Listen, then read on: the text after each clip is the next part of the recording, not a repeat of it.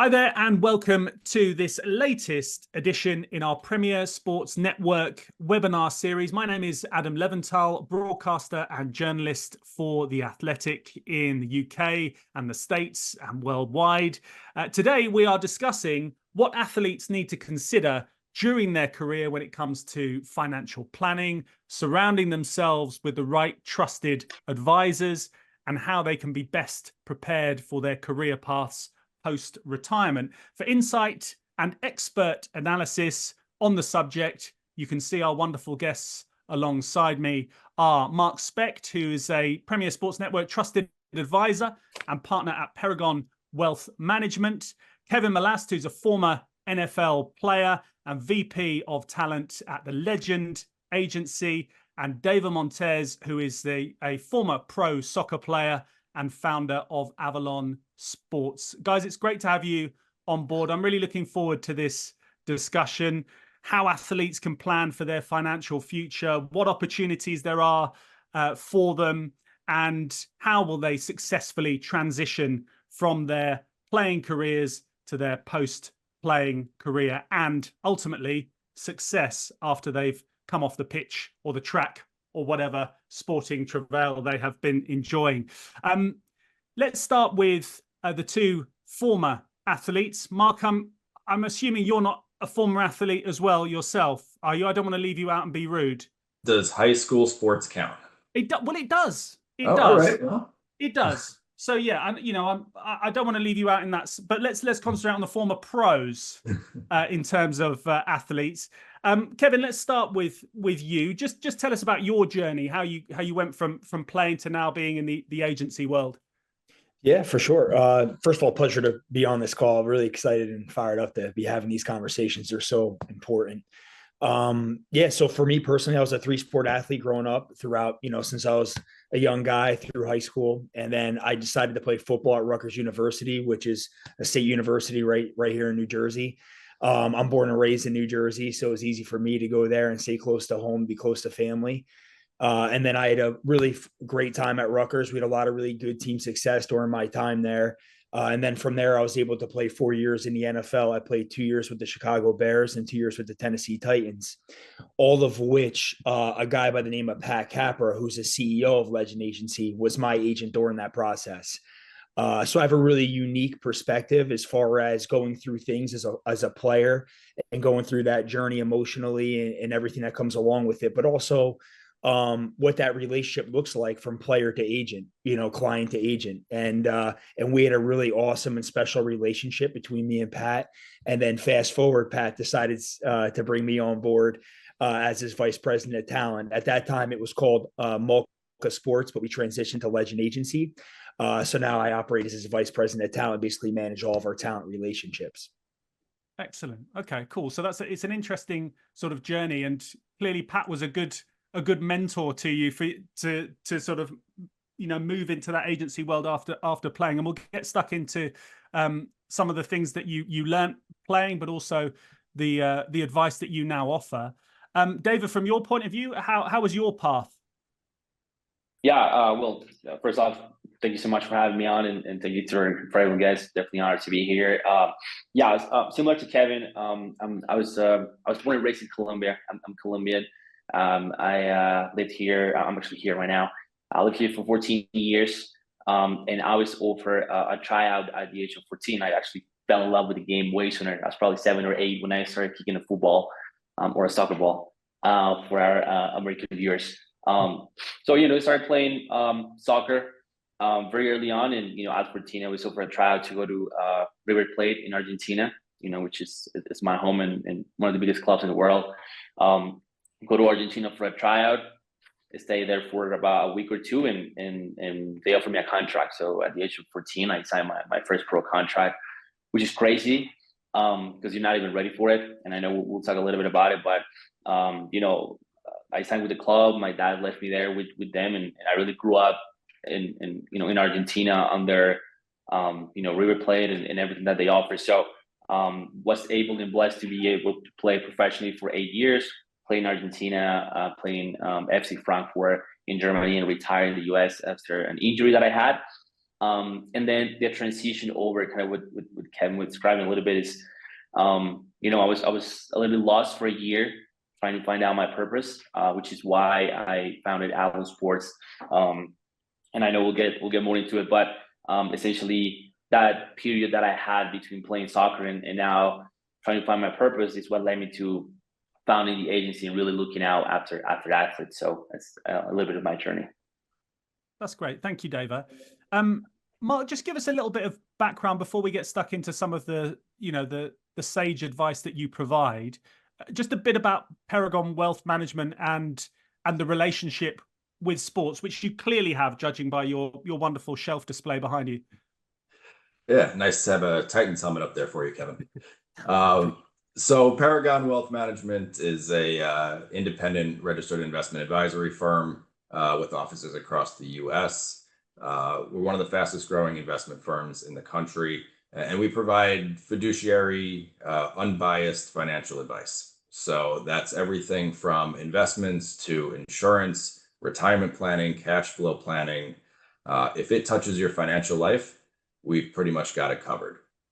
And what we're looking to do is provide, you know, again, advice, right? We're not, you know, trying to tell people what to do. We're not forcing anybody to do anything.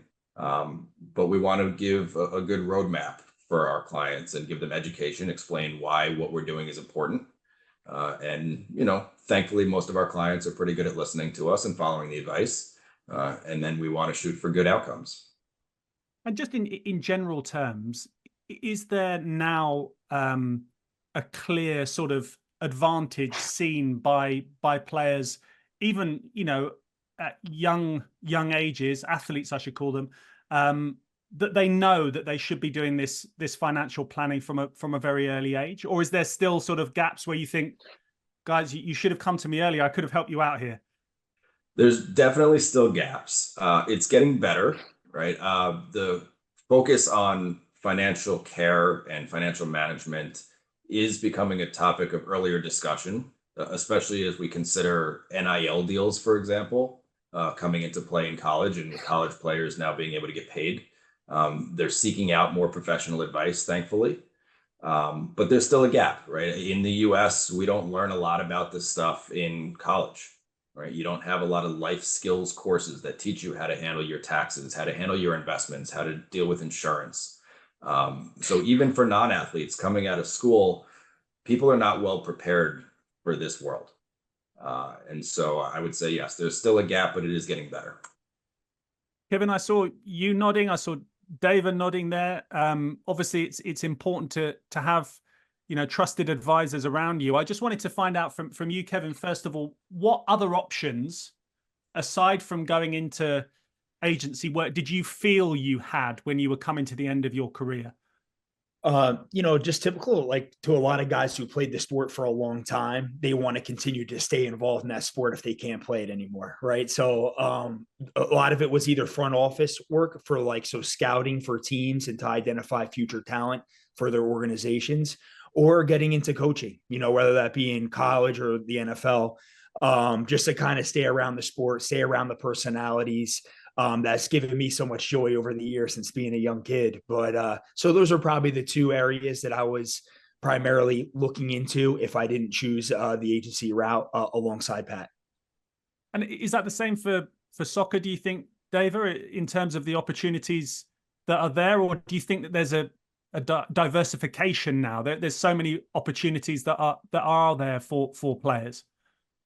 I think probably now it's way different than, I mean, let's say 5 years ago, 10 years ago, right? Like right now with the world of social media, obviously, I know, you know, Kevin can attest to this, like players now are looking to investment and they want to be entrepreneurs now. Like when I retired, and I retired 4 years ago, my options were, like he said, going into coaching or being an agent. But I really didn't have either the financial literacy or information to be able to like move my money around, or the opportunities to do something else outside of sport, which is why I think even having this conversation is just so important, because we're really showing the players that, you know, we always say like, you know, it's not who we are, it's what we do. Like we play football, we play soccer, we play basketball. That's not who you are. So I think right now it's actually perfect timing to be having these conversations and being like, hey, you can play in the NFL for 4 years, 5, 10, 15. It's going to end one day, whether you like it or not. You want to play forever, it's not going to happen. So what are you really doing while you're relevant, while you're, using your platform and you have the eyeballs on you to be able to build something off of the football field, off the court. So I think for me now, I wish I had, the information I have now, but I think athletes have an advantage. It's just a matter of finding, like you said, the right circle, the right people around you that can help you kind of get to those opportunities. Marc, I wanted to come to you on that. It was interesting, Deiver saying, your career could be, another 5, 10, 15 years, and you never know, when it's going to come to an end, I guess. And it's not as simple as this, but managing cash flow throughout your career, taking in the fact that there may well be peaks and troughs whilst you're playing, and certainly after you've stopped playing, especially when you're making your mind up. That's key to this, isn't it? How is it best to do that, to manage your cash flow with smarts, I suppose? Well, it's a lot easier said than done to start with, right? It's, that you need to be saving money. Right? You need to be putting that money away for the rainy day. You don't know how long your career is going to be. You could have an injury, right? You could get traded. You need to be saving your money, but it's also hard because a lot of times we're dealing with younger people, right? Athletes are typically early 20s, let's say. And so you don't necessarily have the wisdom at that age to do the right thing with your money. And, the impulse to go out and spend and live a lifestyle that you might be able to afford at the time, but you're not going to be able to afford forever because you're not likely to play forever. Right. And we all think about athletes and we think about celebrities, and you think about some of the top tier, mega multimillionaire successful athletes. That's not the majority of athletes. And so, it's not like everybody has tens or hundreds of millions of dollars in the bank just because they played a professional sport. So trying to plan for that future, and, you don't want to be discouraging, and you don't want to tell a professional athlete or a younger athlete that, keep in mind, you're not going to play forever. Keep in mind something could happen and you might need this money sooner than you expect, right? You don't want to put that out into the universe, but it's true. And so savings and cash flow and trying to manage lifestyle, trying to guide investments. Deiver mentioned trying to, I would call them passion investments, right? So whether that's starting a foundation or starting a business or getting involved in using your brand for good to promote yourself and to promote a cause, we got to strike that balance, right? Those tend to be higher risk endeavors. And so how much of our money can we really be putting there if things don't go as well as we might expect them to? And are we still okay? Do we still have that rainy day money? Kevin, if I can come to you on what your experience was like in the locker room and some of your teammates that might have been really switched on from an early age, but then some that might have been hugely successful that maybe weren't. Are there any, you don't have to name names, but just in terms of your experience of looking around and then taking in what you were doing in terms of properly planning for the future? Some I guess were doing it, and some weren't, and some will have had, difficult times after stopping playing, I guess. Yeah, for sure. And one thing I'm sure everybody could agree on this call is these locker rooms, they have so many different types of personalities and perspectives given, where they came from, where they went to school, their upbringing, friends that they have in their network. So there's all different types of things that lead them to make the decisions that they have throughout their career and how they approach it. So the biggest thing is obviously keeping the main thing as a player, right? So making sure that you're doing everything you can to have the peace of mind and stay on the field and play the best you possibly can, right? And the other piece of that is surrounding yourself with a good, positive network of people that are going to position you in certain ways to, for my sense, use football as a springboard for your future, right? It's a unique opportunity and a unique platform that, you all have as players, to make sure that you want to take advantage of and utilize that to put yourself in circles and to understand, all things that you might be interested in business and philanthropy and whatever it might be, to best utilize that with your time. But there's only, so many hours in a day, and you want to make sure that you're properly managing that. And again, making sure you, at least now I'm sitting on this side as a manager, protecting their time in a certain way to make sure that, they're in spots to where you can, best utilize that time. It's difficult though, isn't it? Especially when, you're managing an athlete and you on one hand, you're saying, just get your head down, concentrate on what you need to do, control the controllables, tunnel vision, all that sort of stuff. And then on the other hand, yeah, by the way, I need to talk to you about when you stop playing. It's tough to strike that balance, isn't it? Yeah, for sure. And that's why you always hear me say, keep the main thing, because the reason why you're in a position of this amazing platform is because you're very talented at whatever sport that you're playing, right? So that is and a very important piece of it to kind of, again, utilize that as a springboard moving forward. But, a lot of it is, again, it's just putting them in networks, educating them along the way. Education's a major, piece of this process that allows the athlete to be empowered and to feel good about what they're doing and how they're moving. Right. So I remember even me for specifically, now I'm talking about more of the transition, but like I felt really good about how, Pat, just giving Pat's example of my relationship with him and how he was my agent, is he constantly put me in circles to feel good about when my transition out of sports one day, when that would come. I started learning about all different types of businesses, perspectives, jobs that existed that I didn't even know existed. And that allowed me to kind of feel good about, what I'm doing currently as a player, but also to feel good about my future, which allows me to put my best foot forward and again, just feel good about what I'm doing.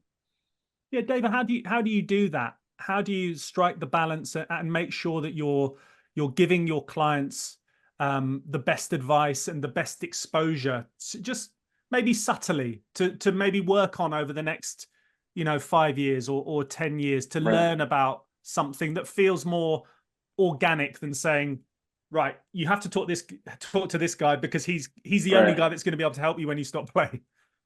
Right. No, I think that's the $1 million question, because I think there's two perspectives to it, really. From the player side, when you get into it, and you're young, all you want to do is play. Of course, you're young. Obviously, you people start noticing you more, know who you are, know about your life. So like, can't help it, but you like exposure, right? So you feel that, and you kind of you want to lock in, you want to do your best, and you don't really think about the future. What Kevin was saying, it's just that's the truth. It's like you have to keep your sport. It has to be your priority, regardless. Like, because you could be, and NFL. Let's talk about NFL. You can be, great guy in the community. That's super important. You can build your brand around it. But let's be honest, if you don't perform on Sunday, that won't matter. It's cool. You still do good, but people don't really care. And it's just the nature of the sport. It's sad, but it's true. So now, if you were to focus on your sport and have awareness that while you still play, you still have to know that you're more than a football player, more than a soccer player. I think it comes down to just knowing that that's not who you are, it's what you do. And I'll give you an example. Myself, like, I was able to play for 8 years. The entire time, even until year 8, I thought I was going to play for 15, 20 years. I thought I was going to play for the national team. I was going to play in the World Cup. I never thought about after football or soccer. And it hit me really hard, because when I retired, I wish I utilized my platform. I wish I utilized those meetings that Kevin was talking about, because it's all about timing, and it's all about being in the right room with the right people. And you can really prepare for that. You just have to be open to it, be aware of who you are, and make the most of the opportunities when they come, because they will. But sometimes we're so busy playing or living in our bubble that you kind of let them pass. And then when you want to get back to them, they're not there anymore, So I think, to summarize, that would be awareness of who you are, prioritizing your sport, and always be, being open for growth. I think those are probably the 3 keys, I would say.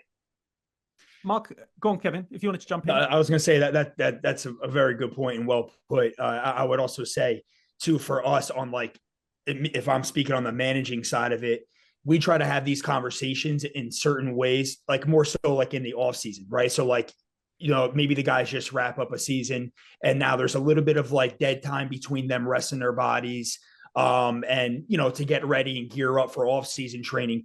Now that's when we deem reasonable to have these conversations, get to know the individual and what they're all about. And because truly the only way you can really tap into those many different parts of teeing up success for a long term when football is done is to get to know them and understand, what makes them tick. What are they passionate about in the community?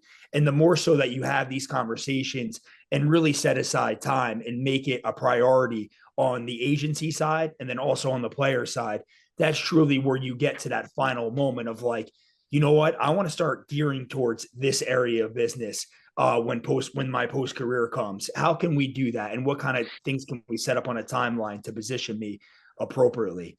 I think that all kind of plays, a role in that as far as timing and when you have those conversations, when it's deemed appropriate, and to kind of get a strategy and plan in place.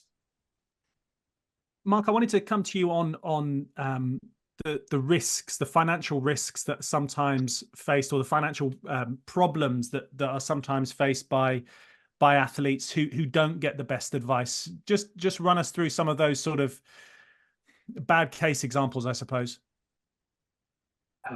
Yeah, I mean, unfortunately, it's a long list.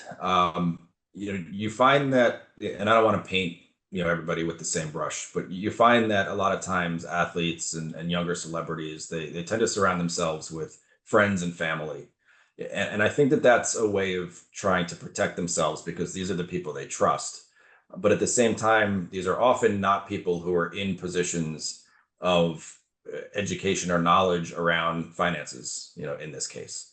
So, you hire a friend or a family member to be a manager or a financial advisor or someone who's going to look out for your money, but they don't necessarily know what they're doing. And, people, when you're in the public spotlight, everybody wants your money. So people are coming to you with, invest in this and help my startup. And, can you give me this loan or whatever it might be? And they just don't have the professional network to know how to vet those products, right? And understand, is this a worthwhile investment or is this something that I shouldn't be doing with my money? So that's number one, is just having the risk of people around you that are not really the right people. I don't want to bring it up, but lawsuits, right? Again, athletes are targets. Anybody in the public eye, whether it's a well-founded or an unfounded lawsuit, you have people who are coming after you. So you got to think about protecting your assets. And that might mean LLCs, it might mean trusts, sheltering your money from somebody coming after you in court of law. You have the risk of, this is more, as we talked about before, but risk of injury, right? So if you get hurt, you can't play, there goes your cash flow. Have you protected against that risk? Do you have disability insurance, as an example? So the good news is there are ways to protect against a lot of the risks that are out there, but you have to acknowledge that they exist, and you have to plan for them and protect against them. You can't just stick your head in the sand and say, well, that's not going to happen to me, or that's not my lifestyle. It can happen to anybody. Kevin mentioned it before. He used two words: financial education, and even people watching this, when you were saying a couple of things there, they might have gone, I don't quite know what he's talking about there. They sound like they're important, but I don't necessarily know what they are. What does financial education of athletes look like for you? And aside from the fact of getting someone like you on board, how important is it for them to actually understand what you're talking about, the takeaways that they can actually go away and go, yeah, now I understand? How do you get through to somebody teaching them about financial education? That's a good question. It's a tough sell, isn't it? It's hard. And I'll actually put this in the bucket of risks that we were just talking about. One of the risks I think that we have, and certainly younger generations, is the internet age, let's call it, and social media, we have access to a ton of information. And there is, whether it's YouTube or Instagram or Twitter or X, you can get information on any subject from a million different places, but you have no idea if that information is good or not. Is that factual? Is that somebody's opinion? I personally see every day people who are pitching real estate ventures or cryptocurrency ventures or, insert investment here. And it's all about how I made so much money so fast, and I'm 20 years old and I've got millions and millions of dollars because I'm such a great investor. And follow me and I'll teach you how to do it. Most of those are not real. So how do you pick and choose which ones are right? How do you know who to follow, who to listen to when there's so much information and so much noise in a lot of cases? And that's where the network comes into play. I think having somewhere to go where you have vetted resources who have been in the space professionally, who work with colleagues or friends, other people in your position. That's probably the easiest way to go about it. But unfortunately there's nothing foolproof. To both Kevin and Deiver, how important is it because the pitfalls, you've been there and done it, but how important is it for you to use people that can really add to your proposition in your agency? Deiver, maybe let's start with you in terms of getting the best financial guy on board for your clients. How do you do it? Yeah, I think it's all about trust, right? Because kind of what Marc was saying, the issues that, I was just saying 5 years ago, there wasn't too much information or access, and now there's way too much. And you can't really dissect what's good or not. You might be going off of your mom's opinion. And again, family, like they will look out for you, or they want the best for you, but it doesn't mean that their opinion is right? It's out of love, not out of knowledge and knowing their stuff. So surrounding yourself with the right people and having someone you trust to actually help you navigate that, it's absolutely key. So for example, us as an agency, we're not financial advisors. So if, I don't know, Tyreek Hill, which I've been working with for 5 years now, he comes to me and say, hey, I want to invest my money here or here. I have a great relationship with him. I'm not going to be responsible and say, yeah, just put it here. I think it's good. It's not my place. It's not what I do. That's why you have someone like Marc that you can call and trust, and that you can kind of hand off the player off to him, and that he will take care of him. Obviously everyone wants to make money in this business. But more than that, it's about taking care of someone that's giving you their trust, because, trust is just, and I'm going to say this so many times, is, good stuff, it spreads out and like people kind of get to know you because of the good. But if you put someone in a position that they shouldn't be on, people are going to know that too, right? So like these are human beings. Like we look at athletes, but these are humans that are trying to make the right decisions. So like we as a collective have to make sure that we look out for them and protect their interests. So having people like, Kevin and Marc in our corner, it's absolutely key, because you can actually, go on with your job and make sure that they're taken care of. Does that ring true with you, Kevin? Yeah, absolutely. Trust is definitely the fundamental element to all these relationships in this business, for sure. A lot of it comes from, again, like the best financial conversations that we've teed up in the past. And we're the same. Like, we're not financial advisors, but we have a trusted network of people that we've worked with that have unbelievable case studies with guys they've done for us in the past, who we've trusted over a period of time because of how they delivered and how they built that personal relationship. And we like to put not like an overwhelming amount of financial advisors in front of our guys, but just a good amount, so where they can choose a little bit from perspective, and personality, and there's a little bit of range in there, because we don't feel it's right just to throw one specific individual at them and allow them to make it. But the best approach from the financial advising side that I've seen on some of these calls, and we help them navigate the calls, because a lot of times too, they don't know the questions to ask. So we can kind of help them a little bit, like, pull it out of them for them to kind of learn and get educated. Because again, like, just to go back to what I said about education, that's the best way to feel empowered, and for any relationship just to feel good about what's going on around them. Right. And because I feel like a lot of times when that transparency is in there, it becomes a little bit toxic and not as helpful. So from that standpoint is I love when the financial advisors come, and it seems like this is definitely Marc's approach is just from a place of education. Like, here's how we do things. Here's how, people have done in the past. Let me educate you on what's going on. I'm not going to tell you, I'm going to educate you. And so you can kind of, again, make your own decisions and get smart in this business alongside of us. And to me, that's the most fulfilling part of that relationship, because now the guys, they feel, really good about what's being done with their money, and they're not a little unsure. They could speak about it. They have financial literacy. And I think that all plays a part as far as their ultimate success moving forward and being involved in that part of the process. If I could just touch on, there were a couple of really great points that Deiver and Kevin both just made there. From a reputation standpoint that Deiver was talking about, right? Trust and building a trusted relationship with somebody. Good news travels well, bad news travels further and faster. So if you do something wrong for somebody, your reputation is shot, especially in a situation where you have, a locker room environment. Everybody's going to find out about that. So you can't make mistakes. You can't put people in bad positions. You can't be dishonest. You got to be, if you're going to work in this field, in this space, you have to do the right thing for people. And then to some of Kevin's points, when we talk about the amount of information that's out there, we also have, I think, a more introverted generation, that's in sports now, and again, outside of sports too. People are afraid to ask questions. Right? And I think people don't want to appear ignorant. They don't want to feel like, oh, if I ask a question, it might be a stupid question and someone's going to think that I'm uneducated and I'm just going to keep my mouth shut.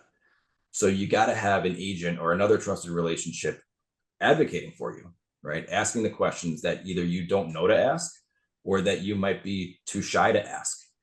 Because if you just sit in the meeting and take in all the information and you're going through the whole time saying, I don't know what this guy's talking about, you're not going to get anything out of that meeting. Yeah, no, I completely agree. You got to ask the questions. I quite like asking questions. It's my job. Deiver, I wanted to check in with you and also Kevin, and then maybe Marc, you can fill in the gaps as well. Talk about some of the success stories that you have seen from, or maybe they're yet to manifest themselves in, to the biggest degree that you would like, but that you have been able to usher through from playing career to post career, that you've actually started to see, right, yeah, he's doing that because we gave him the right advice. He's happy now because he's confident in the financial backing that he's got, and things like that. Any good examples from you, Deiver? Yeah, I think we have plenty. I mean, I guess I was talking about Tyreek, so we'll talk about him. So, obviously he's, I don't know where he ranks now, but he's gonna be maybe top 5 of like top salaries in NFL, right? So we, moving from Kansas City over to Miami, and I think I've talked about this before. Obviously, it was a big play tax wise, right? And we're not gonna get into specifics, but I think we all know that Florida is it's a nice place to live in. I don't know, Kevin can speak about it as far as when it comes to contracts and NFL guys actually making less, but actually taking home more. Miami's an interesting market because it's Miami, right? So when he gets to Miami, now we're going to be year 2 now or 3. We always, he's always been passionate about fashion, right? He always wanted to invest into fashion, have his own brand, which we have been working on for a while now. And he wanted to have an actual store at a mall. The investment was quite high, right? But again, I'm not a financial advisor, but we have, we have, trusted partners that can help us with that. So we build a business plan. We say, listen, I think this is how much it's going to cost you. This is the ROI. This is what you're going to get. This is the campaign. We got a financial firm behind it. We did the investment. And now his brand, which is Soul Runner, is one of the top living sports brands in the country, backed by Tyreek Hill, right? Again, before it's all, a hypothesis. You're like, okay, this is going to work or maybe not, but you reduce the risk by getting the right people on board, right? Because we could have been like, hey, listen, just invest X amount of millions of dollars. We'll handle everything. we'll manage everything. We don't need an advisor. But what if things go south? We're gonna be responsible for it. So we kind of build a board of like financial advisor, obviously a marketing team. We got him involved. Everything was so transparent that, you know, in any business or any startup, you don't have guaranteed success, but yes, you can minimize risk by doing things the right way. And that's what we did. And now, you know, he loves what he's doing. He's making money on it. And I think, you know, stuff like that, where it's, you know, well thought of, you have a plan, you have the right people in place, you're patient enough. I think that's the recipe for success. Kevin, from your point of view, the success stories, and I should say, you know, we're looking at 2 success stories here as well. I don't want to sort of, you know, leave you 2 guys out of talking about success, but ones that you've overseen, Kevin. Yeah, I appreciate that. And Deiver, that was a great story. That's awesome. But so, you know, I got a couple interesting ways in how we navigated some of the processes with some of our guys.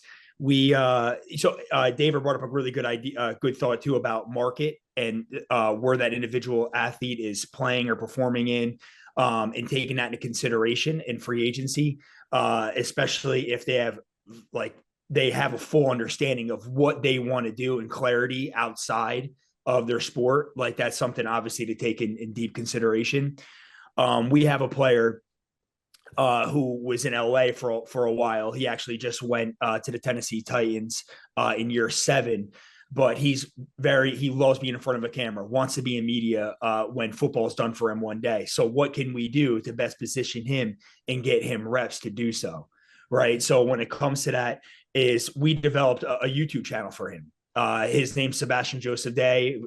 It's called Dine and Bash. And basically what he does, it's a mix of food and culture. And he goes to local restaurants in the LA area, interviews them, tries their food, and they're about like 12-minute episodics. But what a really cool opportunity for him to get in front of a camera and kind of, you know, showcase his personality and develop relationships and work on his interview skills and things along that nature. So, and what's even really cool about that is that when he went from the Rams to the Chargers, so stayed in LA for those first 6 years, won a Super Bowl with the Rams. And then when he was with the Chargers, their social media people, they picked up and licensed that YouTube channel. So they brought it on board as well. So now he's getting compensation for that. And again, all of it was just a general idea to help manifest, happens to our content people, and allow him to do this show and present this opportunity to him. We're also in a network of people that we got him to be a co-host on Mike Tyson's Hot Boxing. So again, really cool opportunities where he's interviewing major celebrities out there in LA. And he has this really cool role now of him interviewing top talent that he's going to be able to package moving forward. We also got him involved in the NFL broadcasting boot camp, which is a tremendous opportunity for current and former players it's a very tough application process to apply to, and put you in a room of all these execs that are going to hire future network talent and looking for that future, you know, Michael Strahan, Nate Burleson, Devin or Jason McCourty, who are also clients of ours as well, you know, going through that process. So again, you know, from our role, guys have an idea, right? And we always say, keep the main thing. So they're performing, they're playing. Now it's on us to come up with a plan and strategy and say, here's how we should do it, and here's our way of going about it. So we're not wasting his time and putting him in front of people that can't help move the needle there. And also we help package these ideas and then present them, you know, so that now he feels good about it and how he's moving. That's one case study. Another case study real quick is Devin and Jason McCourty. They obviously kill it in media now. Devin's on, you know, NBC Football Night in America. Jason's on Good Morning Football and NFL Network. And with those guys is when Jason got signed to the Patriots and they played together for 3 years with New England Patriots. We started a podcast with them. Just those two, you know, and getting to talking about all things football, all things pop culture, basically whatever they wanted to talk about outside the facility, and not make it just so hardcore football. And that allowed them, again, to get in front of a camera, understand time spots, promos that are involved with that. And we did that for 3 years with them, actually for four years. And then when Jay ended up playing his final year in Miami, we kept it going virtually. But that was just a really cool opportunity to continue to do that and get them in front of a camera and get used to that, right? Because so now when that transition comes, it's not like as much of a learning process as it might be if you never were in front of a camera and just decided to do that. So we're allowed to get proactive, and that I believe that helped a little bit with their transition and to their success now. Yeah, having that smooth transition, and also then coupling passion and authenticity as well is the main thing. And when that comes across, it's a magical combination. Guys, we're running close to time, and I just wanted to finish with Marc, just to get a few more pearls of wisdom from you. In terms of additional things that athletes should be wary of or looking out for beyond financial management. I know there are so many things that you'll have sort of top of mind, but some of the other key things that people should be just wary of. So I would call it, financial management adjacent. We mentioned insurance a few times already. Life insurance, disability insurance, something called long-term care insurance, which probably goes overlooked. Long-term care insurance protects you against certain disabilities, cognitive and physical. Most people think of long-term care insurance as like old age insurance. But we have situations, take a boxer, for example, right? The boxer, unfortunately, may be likely to develop a cognitive disability earlier in life than a regular person. NFL, unfortunately, that comes into play as well. So putting certain insurances in place while you're younger, while you're healthy, while you're able to be insured, we think that's very important. Estate planning, wills, trusts, making sure that your family's protected. God forbid something happens to you. LLCs, certain tax structures, tax planning, all of those things. We don't do all of this in-house, but we have relationships both through the Premier Sports Network and outside the Premier Sports Network of accountants, attorneys, agents, obviously. Build that network so that you know who to ask, and if you don't know who to ask, who to, or if the person you're asking doesn't know the answer, they know who to refer to. Yeah, and there'll be athletes, there'll be agents, sports organizations, franchises, clubs, whatever you want to call them, watching this. How regularly should these checkups be happening? How frequently should you be going as an individual, going, okay, I like that guy and he served me well, but could I be getting something else elsewhere? And because there has to be that competition, that's important, isn't it? Yeah, of course. I'm headquartered in New York City. So I've always said you could throw a rock and hit another financial advisor. It's very competitive where we are. We're in the financial capital of the world. So, we have to provide something more than just access to investments, right? Because the world these days is becoming more commoditized. You can access the same investments in most places. So what are we providing? We're providing value, whether that's through relationship, whether that's through our network, whether that's through our expertise in certain fields. You have to set yourself apart in some way. And you got to be there for your clients. You have to show you care. In terms of how often should you be speaking to your advisor? At least annually, right? If you're reviewing your financial plan, making updates, making sure everything's on track. We have clients we speak to much more frequently. Athletes and celebrities, it gets to be difficult, right? Schedules are very busy. It's hard to pin people down. And so sometimes we'll speak more to the agent or the business manager than we end up speaking to the actual athlete or entertainer. But certainly if there's a life change, if you get married, if you get divorced, if you have a child, if you get a new contract, if you get injured, anything that changes, we want to hear about it. If you get an endorsement deal, a new sponsorship, anything that's impacting your life, either personally or financially, because they tend to go hand in hand most of the time, we want to be part of that conversation. Don't wait to say, well, we just spoke last month, so our next checkup's not for another 5 months. No, we should be talking to you anytime something pops up. And final word to Kevin and Deiver in a sort of an elevator pitch style, the best bits of advice that you would give people watching in this area of financial planning and planning for your future to be successful beyond your playing days. What would you say, Kevin? I would just say work for peace of mind, right? I know for me specifically as a player, what allowed me to make a true successful transition is I know I laid it all out there as an athlete. Like I felt good about what I did in my career, and that allowed me in a healthy way to move forward in whatever that might be. And then surround yourself with just amazing people that are going to look out for your best interests, that are going to educate you along the way, tap you into unique networks to expose and to learn and get educated, and just surround yourself by, amazing people that kind of help you lead you in that positive direction and to ultimately use football as a springboard for what you're doing next. And final thoughts from you, Deiver, on that? Yeah, I agree with Kevin. I think, just have the understanding of the position that you're in, right? You're 1% of 1% of 1%, right? So with that in mind, just take care of your assets. Just surround your people with smart people that know more than you. You don't want to be the smartest guy in the room. You want to have people around you that know more.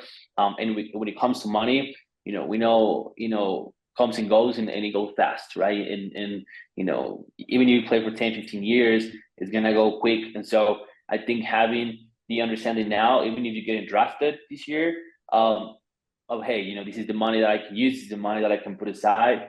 You compound that. I know that's a word that financial advisors love. You compound that over 10, 15 years, and then you're like, wow, like literally I have like money to spare. I have money to fund my projects, my business, my vision. So I think the earliest that you can get started, and even if it's a little bit, just put aside and have those conversations, it's gonna go a long way.